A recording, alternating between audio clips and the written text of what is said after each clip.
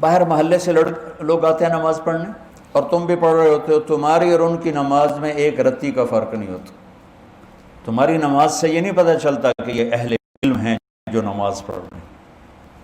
تمہاری نماز اور ایک دکاندار کی نماز ایک جیسی، باہر چائے بیچنے والے کی نماز اور تمہارے مشکات شریف پڑھنے والوں کی نماز ایک جیسی۔ اقاموا الصلاۃ جعلت قرۃ عینی فی الصلاۃ، میری آنکھوں کی ٹھنڈک نماز۔ قرۃ عینی عربی محاورہ ہے، اردو محاورہ نہیں ہے، یہ عربی محاورہ ہے، وہاں سے اردو میں آیا ہے کہ ریت کے طوفان میں جب آنکھوں میں گرم ریت پڑتی تھی اور اونٹ تو آنکھیں بند کر لیتا تھا، لیکن چلانے والا تو آنکھیں بند نہیں کر سکتا، اسے تو راستہ دیکھنا ہے، تو وہ گرم ریت اس کی آنکھوں کو جلا دیتی تھی۔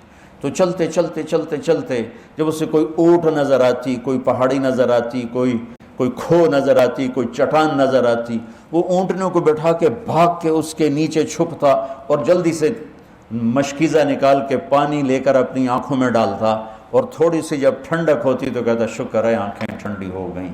اس بدو سے سمجھو کہ نماز کی ٹھنڈک میرا نبی کیا کہہ رہا ہے۔ ہم کیا سمجھ، ہم نے تو اے سی والی مسجد میں نماز پڑھنی، ہمیں کیا خبر کہ آنکھوں کی، میری آنکھوں کی ٹھنڈک نماز۔ ہمارا تو ٹھا ٹھا ٹھا ٹھا ٹھا چل رہے ہوتے۔ اقام الصلاۃ، نماز۔ ارحنا بہا یا بلال، بلال مجھے راحت پہنچا، اذان دے، نماز پڑھیں، راحت پہنچا۔ مولانا سعید خان صاحب رحمۃ اللہ علیہ سے کئی دفعہ سنا کہ مولانا الیاس صاحب رحمۃ اللہ علیہ کے ساتھ سفر میں چل چل چل، میوات پہاڑی علاقہ ہے، ہماری ٹانگوں میں سلاخیں پڑ جاتی ہیں اور ہم تھک کے چور ہو جاتے، اور جب ہم مسجد پہنچتے تو جاتے ہی گر کے سو جاتے، اور مولانا الیاس صاحب وضو کر کے نماز میں کھڑے ہو جاتے اور فرماتے تم سو کے آرام لیتے ہو، میں نماز پڑھ کے آرام لیتا ہوں۔ اور میں نے مولانا سعید خان صاحب رحمۃ اللہ علیہ کو خود دیکھا، ان کی وفات سے ایک ہفتہ پہلے وہ غشی میں تھے، اذان ہوئی تو ان کے نواسے نے کان میں کہا الصلاۃ، تو آنکھیں کھول دیں، اٹھ کے بیٹھے، ٹوائلٹ ان کو لے گئے، وضو کیا، میں ساتھ تھا، ویل چیئر پر لے کر ہم مسجد میں آئے، ویل چیئر سے کھڑے ہوئے، اور جب نماز کی ہوئی نا اللہ اکبر، تو میری آنکھوں نے دیکھا وہ یوں ہوئے ایسے، اور اللہ اکبر، 4 رکعات عصر ساری پڑھی، اور اس سلام پھرتے ہی پھر یوں ہوئے، اور جب آ کے لٹایا پھر بے ہوش ہو گئے۔ نماز ایسے پڑھی جیسے ایک نوجوان پڑھتا ہے، اس سے پہلے بھی بے ہوش، اس کے بعد بھی بے ہوش۔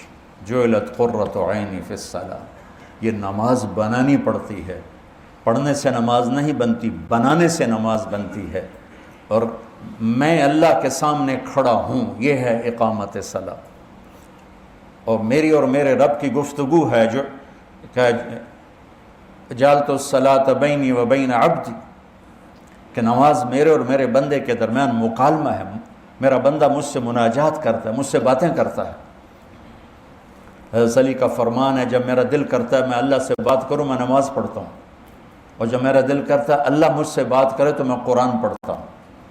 تو شکر ہے ہم نمازی ہیں، یہ بھی بہت بڑی دولت ہے، لیکن اللہ علم والوں میں کیا دیکھنا چاہتا ہے اور امت میں کیا دیکھنا چاہتا ہے کہ نماز ان کی آنکھوں کی ٹھنڈک اور دل کا سکون، سکھ اور چین بن جائے، نماز پڑھ کے ہلکے پھلکے ہو جائیں۔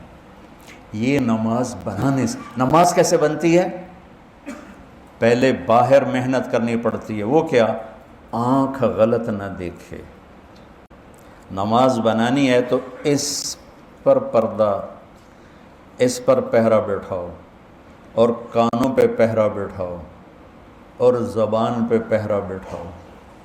زبان غلط نہ بولے کہ غلط بول دماغ کو منتشر کر دیتا ہے، آنکھ غلط نہ دیکھے، غلط نظر دماغ کو منتشر کر دیتی ہے، کان غلط نہ سنیں، غلط بول دماغ کو منتشر کر دیتے ہیں۔ جب تینوں چیزیں آزاد ہوں گی اور اللہ اکبر کہے گا، جسم یہاں ہوگا اور روح پتہ نہیں کتنے دھکے کھاندی ہوگی، اور جب ان تینوں پر پہرا بٹھا دے گا تو جب اللہ اکبر کہے گا تو جسم بھی ہوگا، روح بھی ہوگی۔ اقام الصلاۃ وَأَنفَقُوا مِمَّا رَزَقْنَاهُمْ سِرًّا وَعَلَانِيَةً، اور جو کھل کے خرچ کرتے ہیں، چھپ کے خرچ کرتے ہیں جو ہم نے انہیں دیا ہے۔ معافی کے ساتھ مولوی سخی نہیں ہوتے،